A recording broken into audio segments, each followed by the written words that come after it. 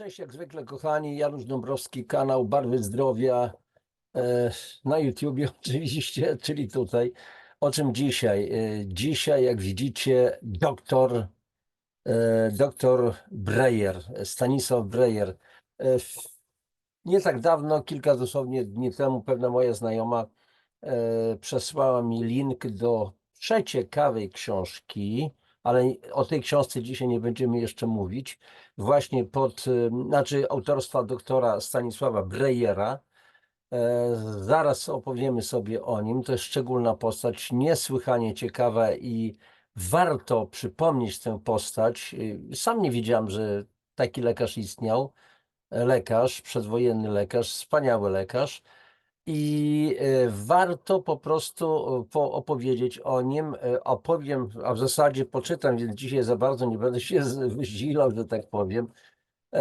Jedynie wam poczytam pewne słowo, opis, historię sporządzoną przez doktor habilitowaną, profesora Uniwersytetu Jagiellońskiego, panią Agatę Świeżowską, na temat właśnie pana Stanisława Breyera, krakowskiego lekarza, który również ukończył studia medyczne w Uniwersytecie Jagiellońskim, później praktykował w szpitalach w Małopolsce, na Śląsku. Ostatecznie osiadł w Krakowie i poświęcił się propagowaniu medycyny naturalnej. Jeszcze w okresie przed II wojną światową. I słuchajcie, jest to niesamowita postać. Myślę, że nie zanudzę was za bardzo, odczytując pewne fragmenty pracy pani profesor Agaty Świeżowskiej. Dziękuję z tego miejsca pani profesor za przybliżenie nam wszystkim tej postaci, niezwykłej postaci, ale jednocześnie postać tego lekarza Stanisława Breyera jest szczególna z pewnych względów. Wy to doskonale zrozumiecie, bo zobaczycie, że już tak dawno, w okresie przedwojennym, byli ludzie, którzy naprawdę potrafili bardzo szeroko patrzeć, nie tak jak dzisiaj się patrzy często na człowieka, na jego problemy, na choroby. Co ja dużo będę mówił? Posłuchajcie, przeczytam wam coś. To będzie cytat z pewnej strony internetowej, redagowanej między innymi przez panią profesor Agatę Świeżowską. Już nie będę w tej chwili podawał linku, chyba że może w opisie, tak jest, podam akurat link do tej strony. Więc cytuję, oczywiście nie cały tekst, pewne fragmenty wybrane przeze mnie. Kiedy zmarł profesor Breyer w 1939 roku, to w nekrologu opublikowanym przez czasopismo Lotos o Breyerze napisano w taki sposób. I znowu jeden z przyjaciół wielkich pionierów metapsychologii, ezoteryzmu i nowej medycyny odszedł w zaświaty. Dodam tutaj, że Stanisław Breyer interesował się bardzo mocno metapsychologią, ezoteryzmem, ale też właśnie nowymi trendami w medycynie.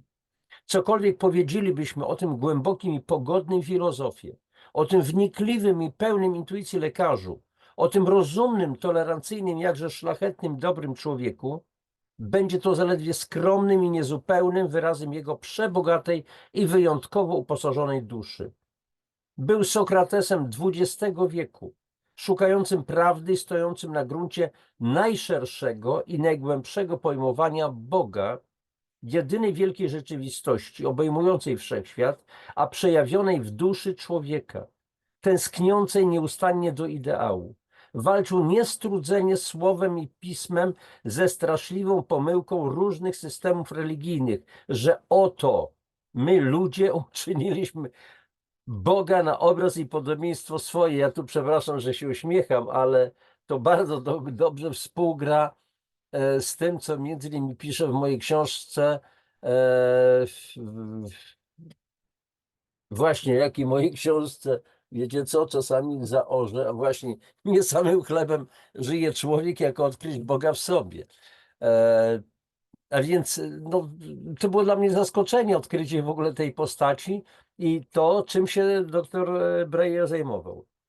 I ta walka o prawdę, walka o pogłębienie religii była dominantą wszystkiego prac, wszystkich wysiłków podejmowanych w żywym i pisanym słowie.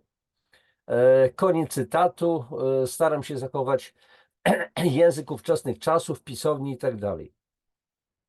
I teraz słuchajcie, więc dalej to, co pisze pani Agata Świeżowska. Poglądy, działalność medyczna. Otóż dr Breyer krytycznie patrzył na medycynę akademicką, która, jak uznawał, koncentruje się jedynie na leczeniu objawów choroby, nie usuwając jej przyczyn. Sam był zwolennikiem medycyny naturalnej, która, jego zdaniem, pozostając w zgodzie z prawami natury, wzmacnia organizm i tym samym mobilizuje do zwalczania choroby. Breyer pisał, i tu cytat z tego, co pisał dr Breyer. Istnieją dwie drogi w lecznictwie. Jedna droga to morfina i pokrewne we wszelkiego rodzaju bólach. To opium i garbnik w biegunce, to brom w chorobach nerwowych, to salicyl, aspiryna i proszki z kogutkiem w bólach głowy, reumatyzmie, to arszenik w niedokrwistości. Słowem to środki usuwające objawy chorobowe. Objawy, które jak wiadomo są wyrazem działania samoleczniczych sił organizmu. Druga droga to usuwanie przyczyn, to powrót do życia zgodnego z wielkimi prawami przyrody, to higiena duszy i ciała, to post i głodówka, to środki przyrodolecznicze, czyli naśladujące naturę w jej działaniu samoleczniczym, pobudzające organizm do energicznej samoobrony i wytwarzające wszechstronną odporność. To słońce, powietrze, woda i zioła. Pisał te słowa dr Stanisław Breyer w 1937 roku. I teraz oddaję głos znowu pani profesor Agacie Świeżowskiej. Tylko tę drugą, zgodną z naturą drogę medyczną uznawał Breyer za racjonalną i właściwą. Pisał, początek cytatu. Jasnem jest, że racjonalne leczenie może polegać jedynie na wzmocnieniu organizmu i pobudzeniu go do samodzielnej obrony. W ten właśnie sposób działają środki przyrodolecznicze, to jest działające na podobieństwo samoleczniczych sił przyrody. Koniec cytatu. Metoda lecznicza propagowana przez Breyera obejmowała przede wszystkim dietę składającą się w przeważającej mierze z surowych warzyw i owoców, niewielkiej ilości mięsa i nabiału, wykluczające na tyle, na ile to możliwe, sól i cukier. B. Codzienny wysiłek fizyczny. C. Odpoczynek, właściwy sen. D. Codzienne zabiegi higieniczne. E. Wietrzenie pomieszczeń. I co byśmy powiedzieli na ten temat? 1937 rok. Jakież to odkrycie. Dzisiaj niby wiemy i pytanie, czy to stosujemy. I dalej pani Agata Świeżowska. Za najskuteczniejsze środki lecznicze Breyer uznawał zioła lecznicze, które, jeśli są stosowane w umiejętny sposób, pozwalają wzmocnić organizm, pobudzić go do samoobrony. Sam założył nawet zakład, laboratorium chemiczno-farmaceutyczne Paul Herba, w którym przygotowywano różnorodne mieszanki ziołowe według opracowanych przez nich receptur. Wytwarzano także maści czy kosmetyki, a przede wszystkim katalizator ziołowy wspomagający leczenie wszystkich chorób przewlekłych. To był rok 1930. Skutecznym lekiem miały być również, zdaniem Breyera, środki homeopatyczne. Cytuję: najdzielniejsze i najwszechstronniejsze metody lecznicze pobudzające organizm do czynnej samoobrony. Koniec cytatu, rok 1937. Inną metodą, którą uznawał Breyer za skuteczną, czyli działającą na podobieństwo samoleczniczych sił przyrody, to arsonwalizacja, leczenie prądami dużej częstotliwości. Od nazwiska francuskiego lekarza fizjologa Jacques'a Arsène d'Arsonvala 1851-1940. Breyer podkreśla, że, cytuję, najważniejszą właściwością owych promieniowań jest ich przenikanie w głąb organizmu, przyspieszanie przemiany materii, pobudzanie sił samoleczniczych do energicznego działania, ożywianie, odmładzania tkanek i usuwanie w ten sposób zmian chorobowych. A z czym mamy dzisiaj do czynienia? Te stosujemy różnego rodzaju prądy, metoda Hildy Clark, magnetostymulacja, magnetorelaksacja, w ogóle szeroko pojęta magnetoterapia. I słuchajcie, kochani, fotolecznictwo, czyli leczenie światłem. I teraz następny akapit. Za równie skuteczne uznawał Breyer naświetlanie promieniami ultrafioletowymi, które zastępują słońce i podobnie jak ono wzmagają siły żywotne i odporność organizmu. To są słowa doktora Breyera. Breyer, pomimo krytycznego stosunku do medycyny akademickiej, śledził jej najnowsze osiągnięcia i niektóre z nich po prostu akceptował. Co jeszcze? W przypadku chorób o charakterze psychicznym, a także problemów osobowościowych, Breyer uznawał skuteczność leczenia hipnozą. Przy jej pomocy leczył m.in., cytuję, blednicę, depresję psychiczną, zboczenia regularności, nie wiem dokładnie o co chodzi, neuralgię różnego rodzaju i wady psychiczne wrodzone i nabyte. To pisał dr Breyer jeszcze w 1908 roku. Breyer poza praktyką medyczną prowadził działalność edukacyjną i popularyzatorską. Był autorem wielu poradników medycznych i z zakresu zioł lecznictwa, z których większość jeszcze w okresie przedwojennym miała kilka wydań. Dr Breyer był także założycielem, redaktorem i wydawcą dwóch czasopism: Zielnik Polski, miesięcznik ilustrowany poświęcony ziołom leczniczym, higienie i przyrodolecznictwu, oraz Higiena Życia, miesięcznik poświęcony higienie, przyrodolecznictwu, zielarstwu. W 1926 roku był wydawany.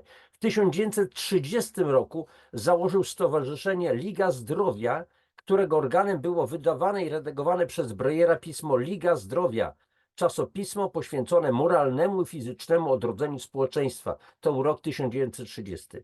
Manifest założycielski autorstwa Breyera głosił: Liga Zdrowia, słuchajcie, piękne słowa, naprawdę. Liga Zdrowia zwalcza obżarstwo, pijaństwo, palenie tytoniu, zachowuje ówczesną nomenklaturę, tamujące obieg krwi kołnierze, twarde nakrycia głowy i nazbyt obcisłe obuwie, hałasy wielkomiejskie i pył uliczne, niehigieniczne, nieestetyczne całowanie rączek, ogłuszającą i zagłuszającą sumienie muzykę i roznamiętniające tańce. Wprowadzi chleb pełnowartościowy i ryż nieuskany, wywalczy tańszy owoc, założy stołownie witaminowe, kąpiele słoneczne i powietrze, a w górach, lasach i nad morzami przystępne dla każdego letniska, a gdzie zdrowsi zamieszkają w szałasach i własnych namiotach. Budzić będzie radość życia, płynącą z moralnego, fizycznego zdrowia i stworzy zastępy ludzi, z których każdy czuć się będzie cząstką jednej wielkiej duchowej całości. Słowa doktora Breyera z 1930 roku, kochani. Może niektórym z nas może się wydać to bardzo jakieś takie nudne, trącące myszką i tak dalej. Mamy dzisiaj nowoczesność, mamy dzisiaj postęp. No, będziemy mówić o postępie. Będziemy mówić o postępie, o ile jeszcze nie mówiłem, ale chyba jeszcze nie mówiłem w audycjach. Mam w planie przygotowanie takiego nagrania, postęp, ale jaki i tak dalej, jaki postęp. Więc dlaczego w ogóle mówię przywołuję, że tak powiem, do pamięci tą postać? Dzięki w ogóle, jeszcze raz powtarzam, profesor Agacie Świeżowskiej z Uniwersytetu Jagiellońskiego, bo myślę, że bardzo warto, bo następna audycja również będzie poświęcona jednej z prac, szczególnej pracy doktora Stanisława Breyera. Też będzie trochę czytania, ale mam nadzieję, że was nie zanudzę.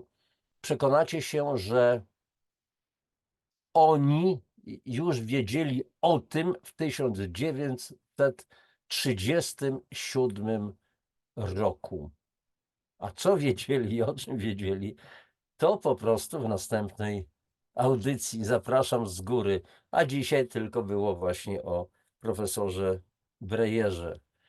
Kto to był? Kapitalna postać. Odkryłem ją również dla siebie i dzięki temu że mnie dano taką szansę, to ja odkrywam tę postać przed wami.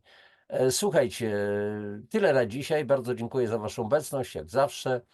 Proszę o lajki, proszę o subskrypcję. Tych, którzy jeszcze nie zasubskrybowali. Proszę też o to, żebyście przekazywali dalej tą wiedzę w postaci linków, to co was interesuje, a może wszystko po prostu jak leci. Namawiajcie waszych znajomych, to też jest bardzo cenne dla mnie, a z drugiej strony bardzo fajne są wiele z waszych komentarzy, czasami tylko piszecie słowo dziękuję, tak jak pani Iwona, czy wiele innych osób po prostu, więc to jest bardzo fajne, czy zwykłe cześć, czy jakiś rozbudowany komentarz, czy wtedy, kiedy zaczynacie się dzielić własną wiedzą, własnymi spostrzeżeniami. Od razu mówię, ja nie jestem alfą i omegą, też nie wiem wszystkiego, chociaż ostatnio jeden z naszych gości napisał mistrzu i tak dalej. Bardzo dziękuję. Natomiast oczywiście nie mam się za żadnego mistrza. Będzie taka audycja o autorytetach i o autorytetach, więc tam wyjaśnię, że owszem, no jest to miłe w ogóle, docenienie pracy przede wszystkim, tego zwracanie się, natomiast nikt z nas nie może być żadnym mistrzem dla innych. Mówię to zupełnie świadomie, a każdy z nas powinien znaleźć mistrza w sobie, wykształcić mistrza własnego życia. Jeszcze raz, kochani, wszystkiego najlepszego wam i do szybkiego zobaczenia. Pa, gdzieś się wyłączam, wstrzymuję nagranie. Cześć, papatki.